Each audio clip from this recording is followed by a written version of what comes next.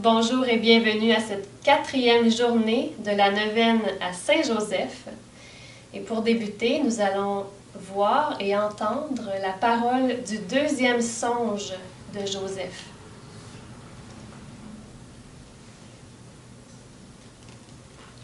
Après le départ des mages, voici que l'ange du Seigneur apparaît en songe à Joseph et lui dit: Lève-toi, prends avec toi l'enfant et sa mère, et fuis en Égypte, et reste-y jusqu'à ce que je te dise. Car Hérode va rechercher l'enfant pour le faire périr. Il se leva, prit avec lui l'enfant et sa mère de nuit, et se retira en Égypte.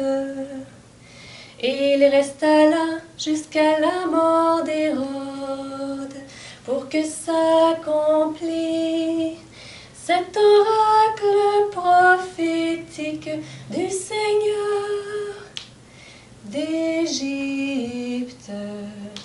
J'ai appelé mon fils.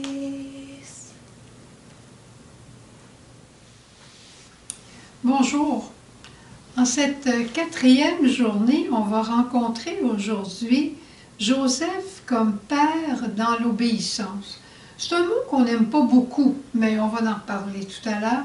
Puis j'ai une histoire extraordinaire à vous raconter, à te raconter, qui va te donner le goût de terminer ta neuvaine. C'était une méthode dans les peuples antiques que Dieu avait de parler à quelqu'un dans des songes.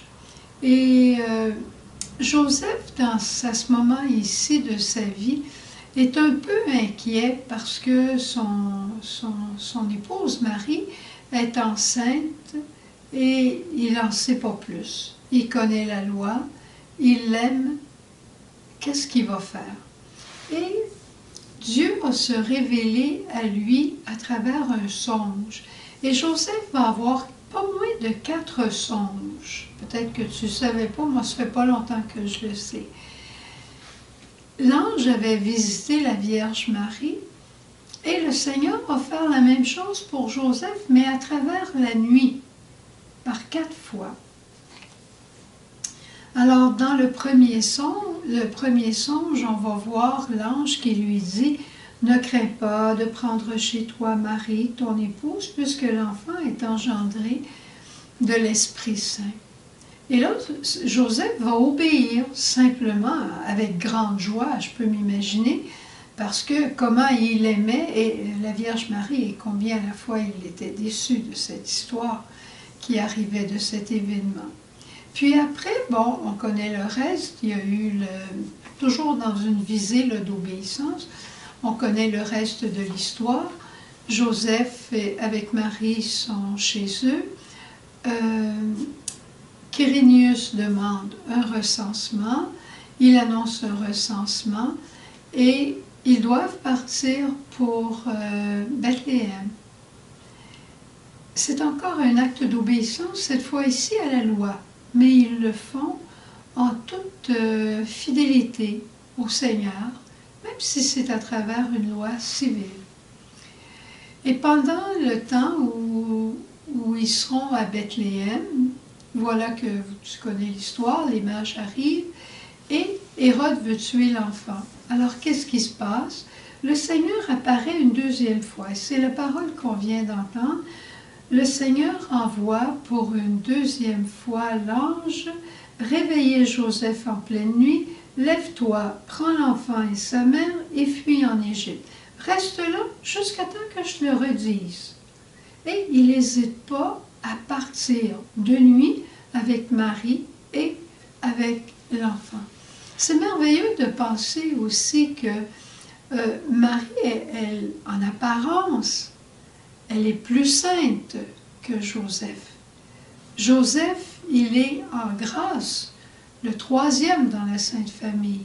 Et c'est à lui que Dieu apparaît parce que c'est son rôle de père. Hein? Dieu lui apparaît à travers le songe et lui dit « Va-t'en maintenant en Égypte. » Et Marie obéit et l'enfant va suivre. Et là, quand ils seront en Égypte, à un moment donné, l'ange va apparaître de nouveau.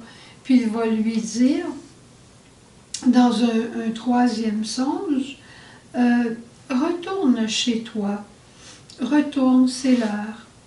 Mais pendant le temps du retour, Joseph se rencontre qu'Archélaüs régnait en Judée à la place de son père Hérode. Et voilà que Joseph se dit, il y a vraiment un danger. Et là, il est averti encore en songe. Alors, comme tu vois, le Seigneur a conduit de nuit, c'est signifiant aussi pour la vie spirituelle, il a conduit Joseph de nuit et Joseph a obéi. Des fois, on pense que l'obéissance, c'est le propre des faibles. Au contraire, c'est le propre des forts. Ceux qui sont capables de plier leur volonté et qui sont capables d'un amour plus grand, aimer l'autre jusqu'à faire sa volonté. Et Joseph a été cet homme-là. Et c'est comme ça aussi qu'il a appris à Jésus à obéir. Même si pour Jésus, l'attitude fondamentale de son être de fils, c'est l'obéissance filiale, tout homme qu'il était, il a appris à obéir chez lui. Hein, on dit il redescendit à Nazareth et là, il grandissait en taille, en sagesse, en écoutant ses parents. Et quand Jésus va arriver à Gethsémani et qu'il dira « Père, non pas ma volonté, mais la tienne », c'est un moment crucial dans sa vie, le moment crucial. Il faut penser qu'il a appris ça chez lui et qu'il l'a appris de son Père. Alors, nous aussi, le Seigneur a une manière de nous interpeller chacun, qui que nous soyons, dans quelque état de vie que nous soyons, à une obéissance délicate. Manquons pas les chances d'obéissance. C'est un signe de grand amour que d'obéir. Et je veux vous raconter l'histoire. Ça se passe dans l'année 1872 dans un couvent à Loreto, dans le Nouveau-Mexique, au sud des États-Unis. Voici que des religieuses sont là, elles font construire une chapelle, très belle chapelle un peu néo-gothique, et on oublie une chose importante. On oublie de construire un escalier qui va monter d'en bas de la chapelle jusqu'à la tribune pour aller chanter. C'était un oubli majeur. Alors, les sœurs se sont mises ensemble et ont décidé de faire une neuvaine à Saint-Joseph. Pas d'aujourd'hui, hein? Elles ont fait une neuvaine à Saint-Joseph. Et voilà que le 9e jour, ah nous on est juste au 4e, voilà que le 9e jour de la neuvaine, arrive quelqu'un à la porte, quelqu'un de pas très bien habillé, quelqu'un qui ne connaissait pas, qui arrive et qui dit « Je viens pour vous construire votre escalier, mais j'ai besoin de beaucoup d'intimité, alors s'il vous plaît, permettez-moi d'être dans la chapelle pendant 3 mois et d'être là seul pendant le temps de mon travail. » Il a travaillé, il a construit la chapelle. Il n'avait que 2 ou 3 petits outils, un marteau, un équerre ou quelque chose. En tout cas, c'était très rudimentaire ce qu'il avait comme outil. Il a fait son travail et après 3 mois, il est disparu. Les sœurs sont arrivées, elles ont vu l'escalier. C'est un escalier en colimaçon. Il était parti, il ne s'est pas fait payer. Des architectes sont venus, ils ont trouvé ça splendide, mais personne, encore aujourd'hui, cette chapelle est rendue un lieu de pèlerinage, personne n'est capable d'expliquer comment un escalier en colimaçon sans poutre centrale peut tenir. Il n'y a aucune poutre, tout est fait avec il n'y a aucun clou, aucune vis, rien de tout ça. Ce sont toutes des chevilles de bois qui tiennent les choses ensemble. Il y a 33 marches et le bois qui a été utilisé. Les sœurs sont allées à une cour de bois pour aller payer sans doute les matériaux. Le propriétaire a dit personne n'est venu acheter de bois ici. Le bois est un bois que personne ne connaît, qui ne venait pas du tout de la région. À nous de tirer les conclusions, mais tout le monde a tiré la conclusion que Saint Joseph était passé. Alors c'est merveilleux, hein? Je vais te raconter 2 autres petites histoires. C'est inexplicable, c'est encore inexplicable, mais on est toujours devant ce même escalier. Et ce qui est merveilleux encore aujourd'hui, après plus de 100, presque 150 ans aujourd'hui, cet escalier-là n'est pas usé. Hein? Quand on monte des marches pendant 150 ans dans un escalier de bois, ça finit par s'user dans le centre? Absolument pas. Chez nous, il est arrivé 2 petits événements assez particuliers. On n'a pas un escalier en colimaçon.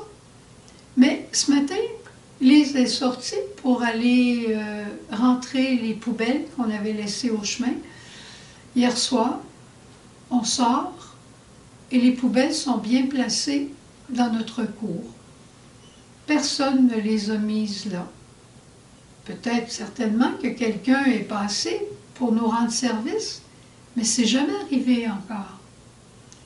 Et ce temps-ci, on donnait des graines aux oiseaux dehors, on avait beaucoup de bruants des neiges, toutes sortes de petits oiseaux, puis on leur donnait des graines.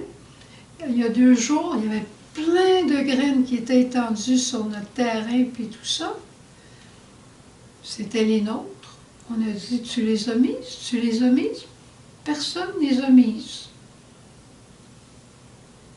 Ne vous inquiétez pas pour votre vie, c'est ce que j'ai pensé. Alors voilà, poursuivons notre neuvaine, poursuivons avec confiance, poursuivons que si le Seigneur nous demande de prier davantage, de prier même pour des situations qui nous semblent impossibles humainement, pensons qu'il est capable de beaucoup plus que nous. Répondons avec amour à tout acte d'obéissance qu'il nous demandera et sachons qu'il saura nous répondre de façon qui nous surprendra aussi. Bonne journée.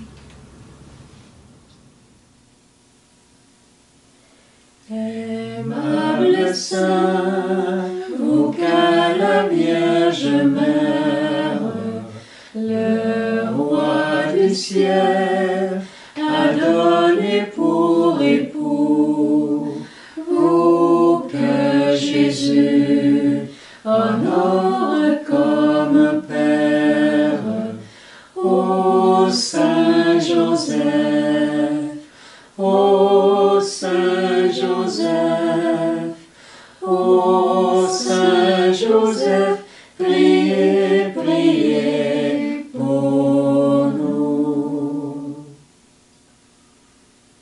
Toi, Saint Joseph, qui est si beau, qui est si bon, montre-nous le visage de Dieu Père.